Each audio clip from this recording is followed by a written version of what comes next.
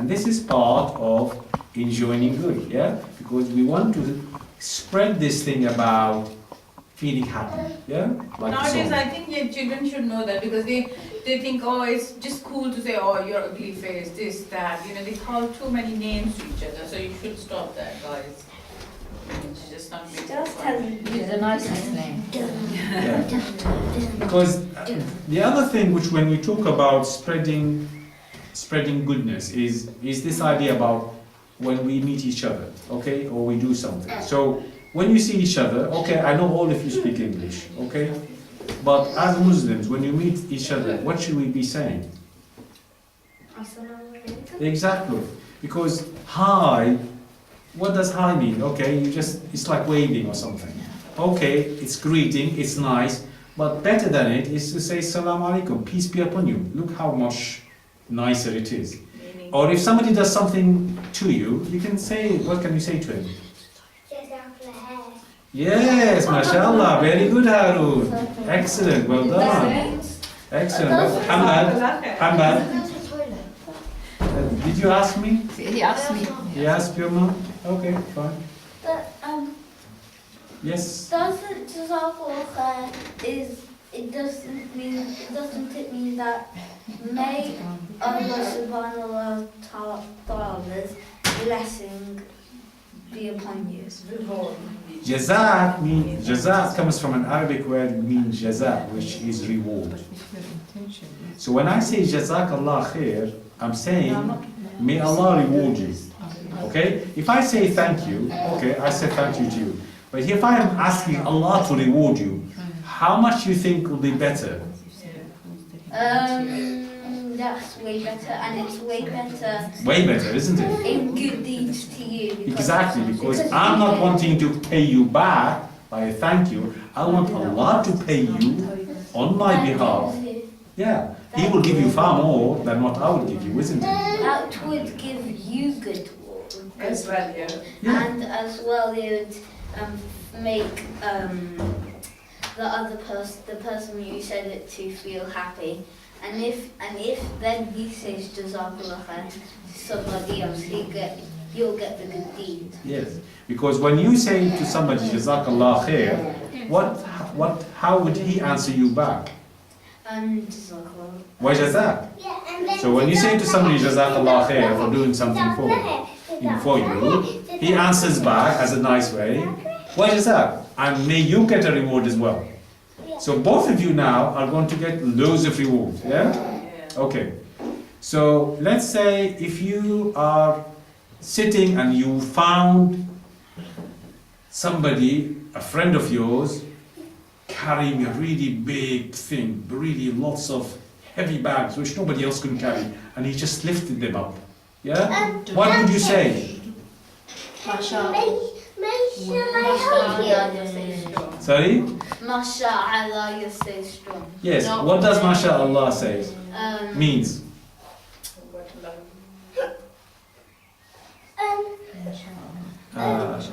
Aya, do you know what MashaAllah means?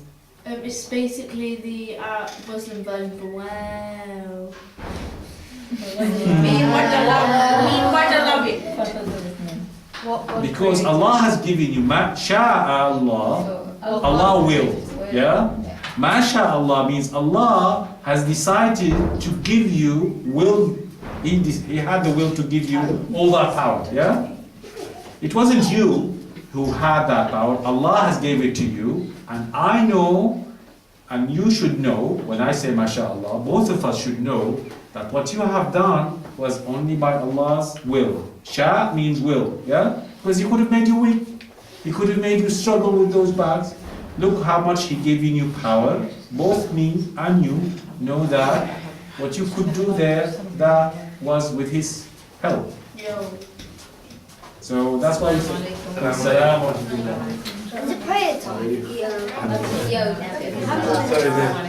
Very late. What happened? So did you say something? Are you working today? No, Dee's just in the toilet. All right. We went out for dinner, and it just took ages. You know, when you're sat, we tried to time it so that we could come here on time. but we were sat there for ages. That's fine. It's okay. We can be doing some revision with the children. So we were talking about last week's enjoining good, forbidding evil, and examples about how we spread ma'ruf, how we spread the good. And some of the things we talked about is the greetings. For example, when you greet somebody, you don't say hi, you say Assalamu alaikum. Because Assalamu alaikum means you get more rewards for it. And then we talked about if you see somebody, this is a question for you, Zakaria. So if you see somebody carrying something really big and he's really strong, what you should say to him when you see him doing something like that? No. You sat with him and you suddenly found him carrying a heavy weight, just like that. What should you say? Let's just check that. You carry that? No? Yeah. Inshallah, you carry it? No, You're close. Yeah. What about you, Zuhan? What would you say? you're very strong. Islamically. Yeah. Okay, think about it. Who has made that man carry that weight? Allah. He given him power and strength to do that. You know that, and he should know that. How can we remind each other that it's Allah's will which made him do that? What would you say? Alhamdulillah. Alhamdulillah, because if you say it yourself, but somebody's watching you, what should he say? MashaAllah. MashaAllah. Yeah? MashaAllah. MashaAllah, because Sha means will. And Allah has decided that you should be strong to carry this. Not you. Yeah? And I should know that it's not you who has that power. Allah has given you that power. Now this is a question for the more, advanced class. What would you say in addition to MashaAllah? Sister D, you read Al-Kahf every Jum'ah. No? What is the story which have that word? ولولا إذ دخلت جنتك قلت لا قوة إلا بالله. Yeah? So you add to that, only Allah has the power. Only power is by Allah. MashaAllah, لا قوة إلا بالله. أو لا حول ولا قوة إلا بالله. Yeah? So we add that to it. Good. And also, Yes, sister. I don't know, sometimes it's hard to explain to kids like nazar, and when you say, say MashaAllah, and say, what is nazar, is it What do you say? the evil eye or something, I don't know, when you say, MashaAllah. MashaAllah, because what happened, the evil eye, maybe something when they go for their break we'll talk about, because it's a bit more complex for them to understand.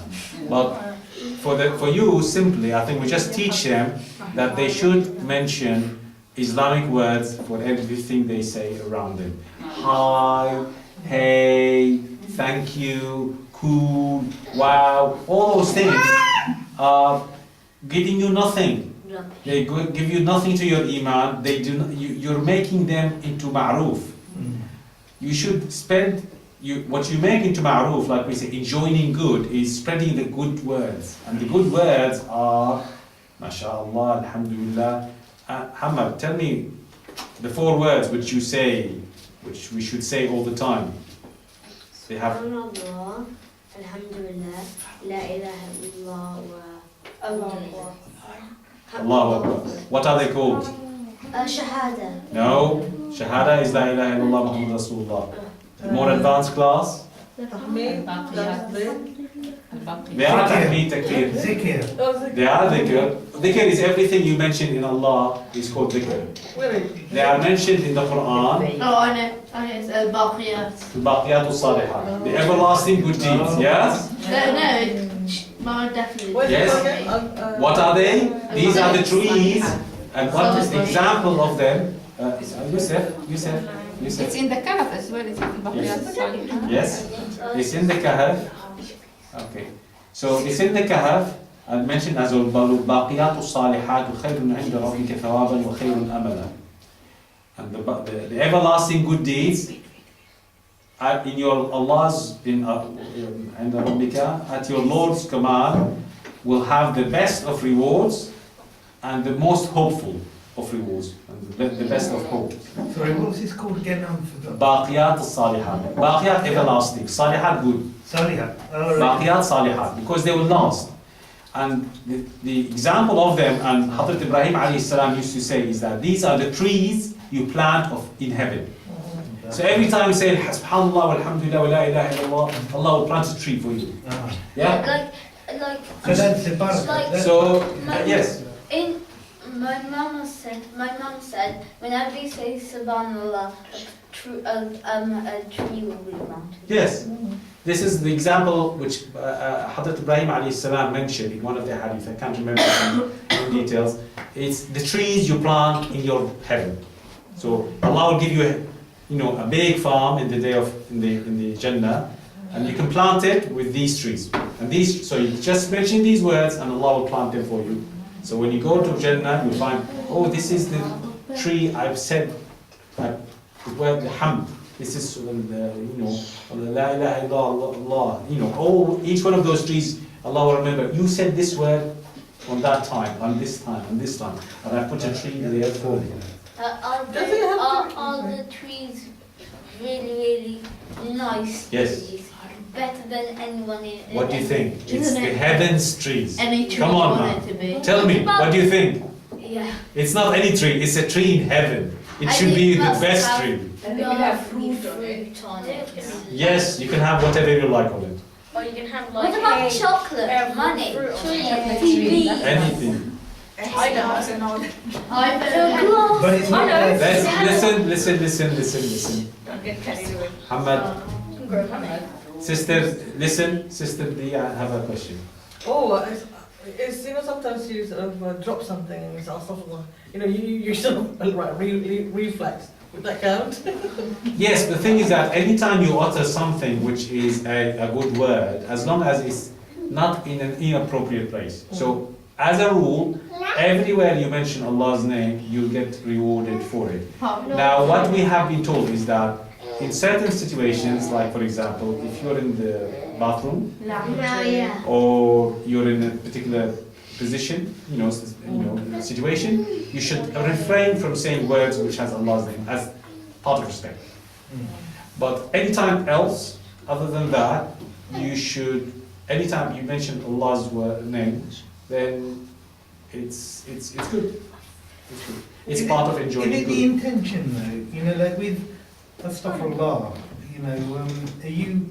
the intention is to ask for forgiveness from Allah. Yes. But some people use it as kind of, using it in vain. Yeah. You know what I mean? It's kind of. Now there is good. Now there's two things. This is a really good example. There's two things. One, there's a general rule saying, اجعل لسانك رطبا بذكر الله. Keep your tongue moist in mentioning Allah, which means that if you have to say something, keep the mentioning of Allah on your tongue, yeah, because if you open your mouth, you can either go and say something wrong, or you might commit a mistake with it. You'll never go wrong by saying Subhanallah, Alhamdulillah, wa la ilaha illallah, Allahu Akbar, Astaghfirullah, wa mashallah, yeah. It's halal, it's all halal words, yeah? So you're filling your tongue time, you are awake for 12, 14, 15 hours, and if you spend 3 hours of those, 12 hours talking, and you mention Allah's name in 1 hour of those, at least 1 hour you're on the right path. You're not making mistakes. Yeah, so that's one thing. Two, there's something called غفلة مع وجود ذكر خير من غفلة بدون ذكر. أو ذكر بدون غفلة مع غفلة خير من ذكر من غفلة بدون ذكر. I.e., if when you say any word or dhikr, which says dhikr is everything you say Islamically. Let's say your mind was absent, yeah? It's far better than having an absent mind and saying nothing. You still get rewarded. If your mind and your words coincide, MashaAllah, very good. Khairun barakah. You've got the best of two worlds. But the worst situation is absent-minded and saying nothing. Yeah? So if you have a box, say dhikr, sort of dhikr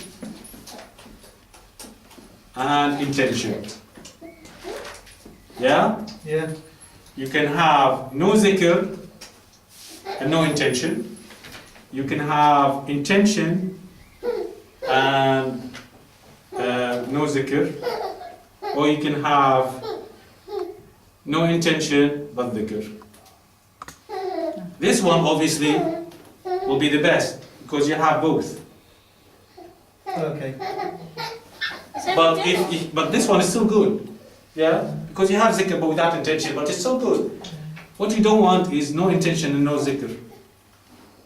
And you can't, this situation does not exist because when you have the intention, then it still counts, isn't it? So this is only the only time when you actually have no intention and you can't say dhikr. That's the only time you don't get reward. But if you have the zikr and you have the intention, that's good. If you have the intention but you can't remember what to say, that's good because Allah rewards us for our intentions. Yeah. If you have zikr, and so I think this is important, and not to undermine that. Okay, I've said it, but I didn't mean it. Okay, it's still good. Still good. Say it. Better than not saying anything or saying something wrong, which is worse. Okay, so. Yeah, I think like we say, like if something was damaged or things like that, rather than saying that, we are saying astaghfirullah is better, even if it just comes out of your mouth. So, for every situation in your life, there is an Islamic word for it. You can obviously think about it. If you don't, you can find sources for it, so that you can use those in those situations and get rewards, subhanAllah, for that. Okay, now that brings us to today's lesson, which is the first part of this section. This section is going to be talking about adab. Arabic adab.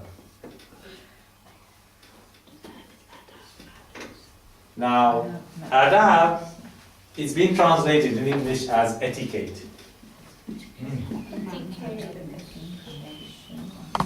What does that mean? Okay, good. It's English, so etiquette means how do you deal with things? What is the best way of doing something? So, for example, you might have heard that if a man and a woman coming through a door, the etiquette for a man is to do what? Ladies first.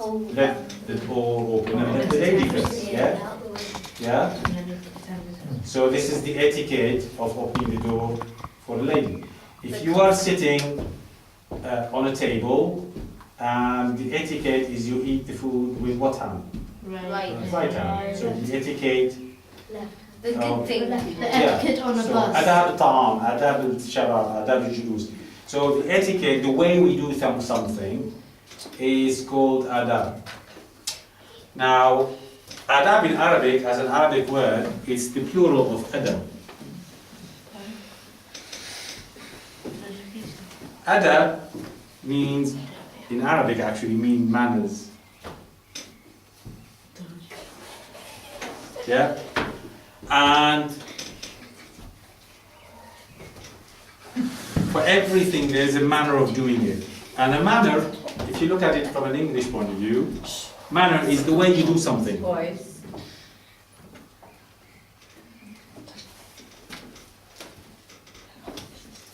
And that's why the manner of writing is the way you write. The manner of drinking, the way you drink. So,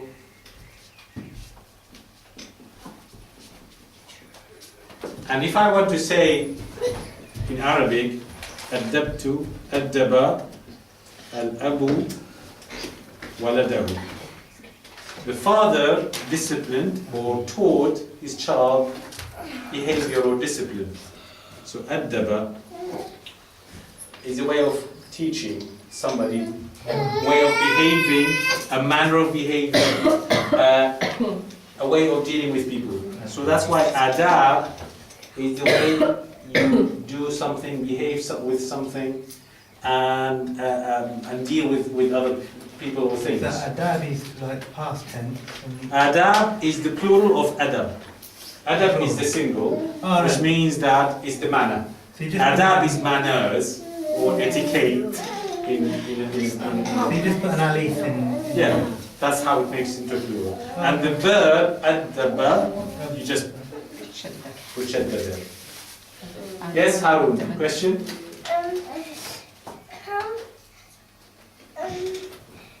How did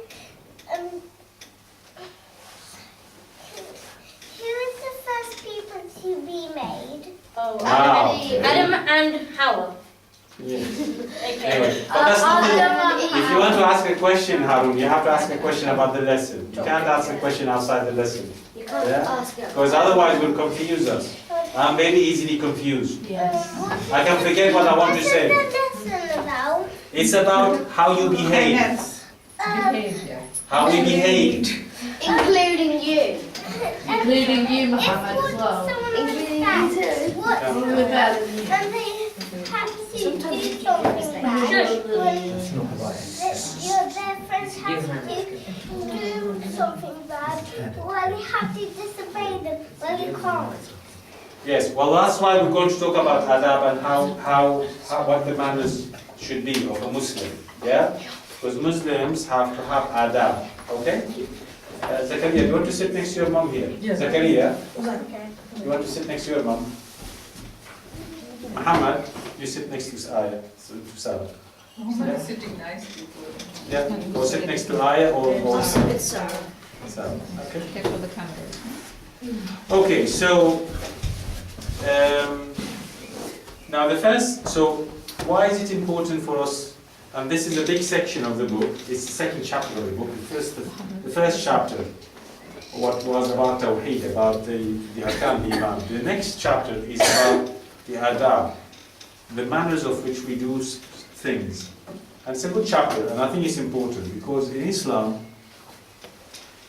we forget that there is a way we should behave. Religion, if it doesn't teach you good behavior, you are then you're not doing the thing fully, you know.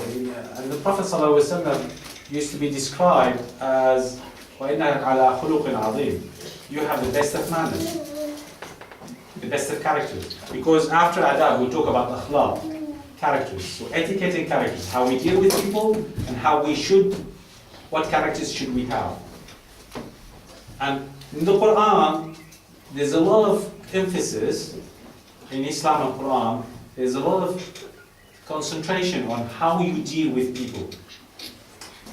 Because, and this is all called mu'amalat. They're ringing.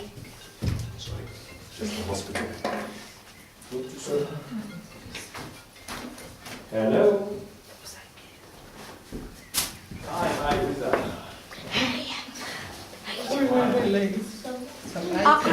Please cut. We have a mistake.